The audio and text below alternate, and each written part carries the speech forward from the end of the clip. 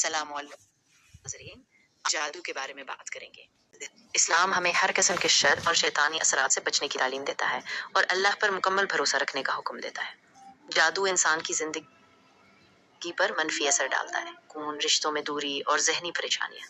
اسی لیے ہمیں اللہ تعالیٰ کی پناہ مانگنی چاہیے اور اس کی آیات کی تلاوت کرنی چاہیے۔ سورۃ الاعراف کی یہ آیت نمبر 54 ہمیں یاد دلاتی ہے کہ اللہ تعالیٰ پوری کائنات پر قادر ہے۔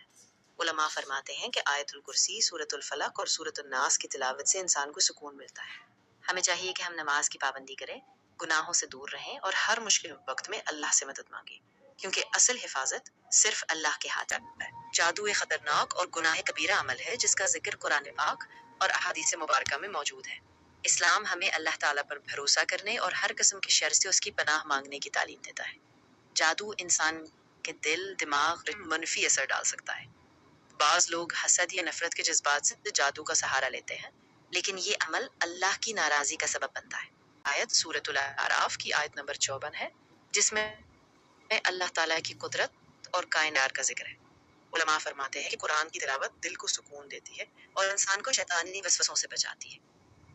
ہمیں چاہیے کہ ہم نماز کی پابندی کریں، صبح و شام کی دعائیں پڑھیں اور اللہ پر مکمل بھروسہ رکھیں، کیونکہ اصل حفاظت صرف اللہ کے پاس ہے۔